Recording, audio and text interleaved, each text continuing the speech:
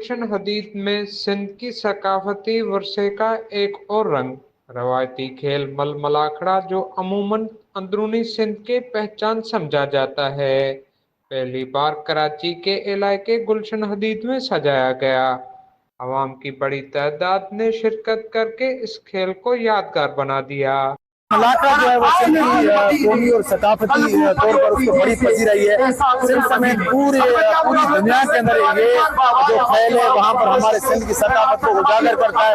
سرکاری طور پر اس کو بڑی پذیرائی ہمارے یہاں خاص طور پر کمر شدہ کو، لاڑکانہ، خیرپور، ٹنڈوالیا، عمر کوٹ، کراچی سمیت مدیر میں اس کو بڑی پذیرائی ملتی ہے۔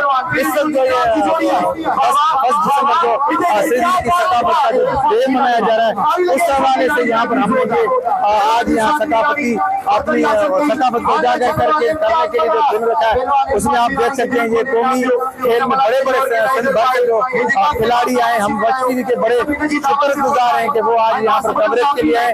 ہم اپیل کرتے ہیں سرکار کو، خاص طور پر کراچی کے میئر کو، کراچی کے انتظامات کو، کراچی کے کونے کونے میں اس ہماری ثقافت کو اجاگر کرنے میں اپنا کردار ادا کریں۔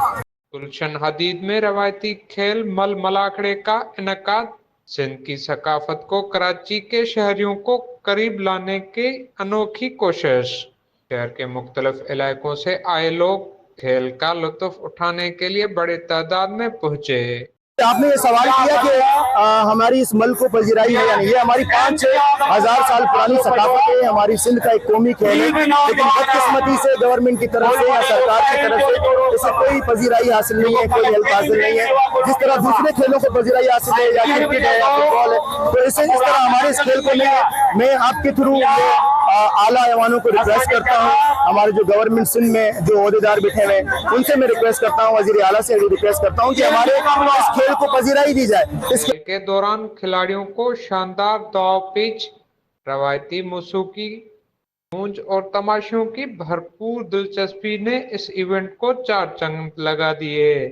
روایتی کھیل کے انعقاد سے ثابت کیا کہ سندھ کی ثقافت اور کھیل عوام کو جوڑنے کا ایک بہترین ذریعہ ہے۔ ان کا کہنا ہے کہ یہ سلسلہ آئندہ بھی جاری رہے گا۔ کیمرہ مین قدیر بلوچ کے ساتھ شاہنواز شہر، وش نیوز، ملیر۔